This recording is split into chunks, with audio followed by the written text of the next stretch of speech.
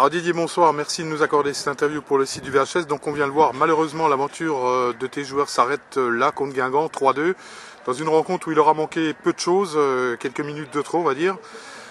Deux fois ton équipe donc a eu le mérite de revenir au score. Quelle est ton analyse de ce résultat et bon, logique, on va dire, déception et amertume que tu peux peut-être avoir?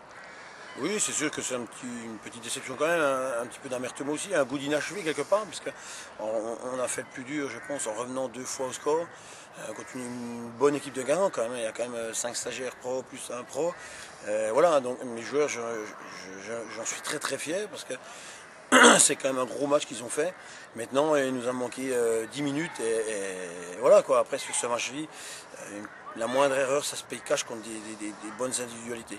Alors ça restera quand même, on l'a dit, il y a une qualification historique, une belle aventure pour tes joueurs et puis toi-même et puis ton encadrement on va dire. Bien entendu, non, de toute façon on ne va pas tout jeter au feu, hein. C'est clair que le parcours qu'on a fait est exceptionnel et on termine mine de rien non pas sur une note catastrophique. C'est pas non plus illogique qu'on perde ce match sur le score de 3-2. Maintenant, tant qu'il y avait 2-2, comme je dis, tout était possible. Donc voilà, il faudra continuer à travailler. Ça permet aussi à certains joueurs de voir un petit peu leurs lacunes sur lesquelles on pourra compter à l'avenir sur des gros matchs. Voilà. Et puis le public avait répondu présent. Le public a répondu présent, c'est très très bien d'ailleurs. Je les en remercie encore. J'espère qu'ils vont repartir satisfaits, pas du score certainement, mais de la manière dont on a évolué et de la manière dont les jeunes se sont battus. Alors il reste quand même, on va dire, malgré l'élimination donc dans cette Coupe Gambardella, il reste quand même un beau challenge à relever avec le championnat, où une seule défaite, on le rappelle, contre Belfort, et puis le VHS est ton équipe, donc leader du groupe U19 honneur. Voilà, effectivement, maintenant on a le championnat à jouer, on a la Coupe de Franche-Comté, on a la Coupe aussi départementale. Donc on va se remettre tranquillement au travail mardi et on va un petit peu retrouver le quotidien. Et c'est pas non plus pas plus mal quelque part pour certains. Donc c'est là peut-être tout ton rôle, ce sera pas trop dur de remotiver les garçons après on va dire ce gros coup de projecteur et médiatique de la Coupe Gamba? Oui, c'est sûr que quelque part il va manquer quelque chose, on va dire, dans nos petites discussions de la semaine, mais bon, non, il y a pas de.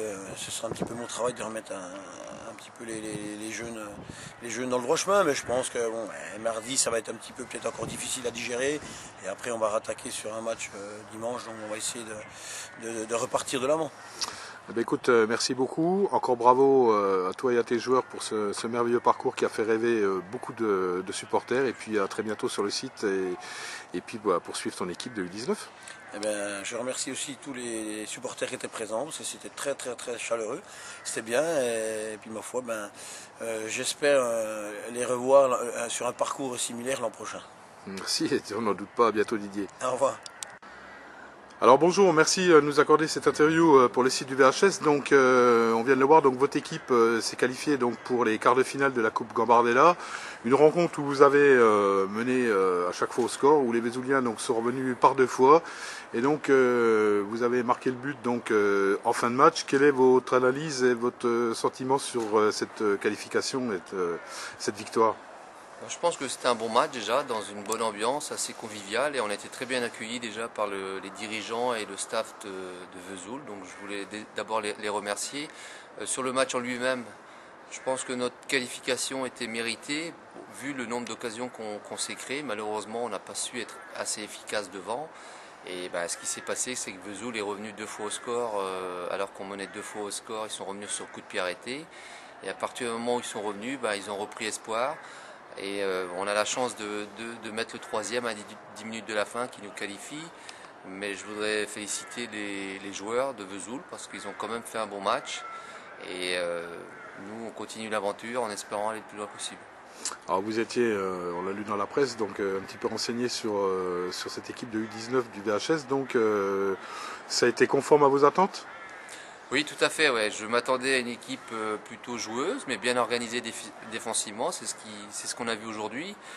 Une équipe qui joue les coups à fond en contre et puis qui se crée des occasions aussi avec des combinaisons sur les coups de pied arrêtés qui ont encore une fois marché puisqu'ils ont marqué sur deux coups francs. Donc je les avais pourtant prévenus, mes joueurs, mais malheureusement ça n'a pas servi puisqu'on prend deux buts aujourd'hui.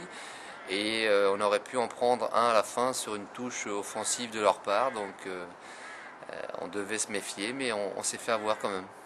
Eh bien, encore bravo pour votre qualification et puis bonne chance pour la suite dans cette compétition. Merci à vous et puis félicitations encore au club de Vesoul parce qu'on a été très bien accueillis. Merci beaucoup.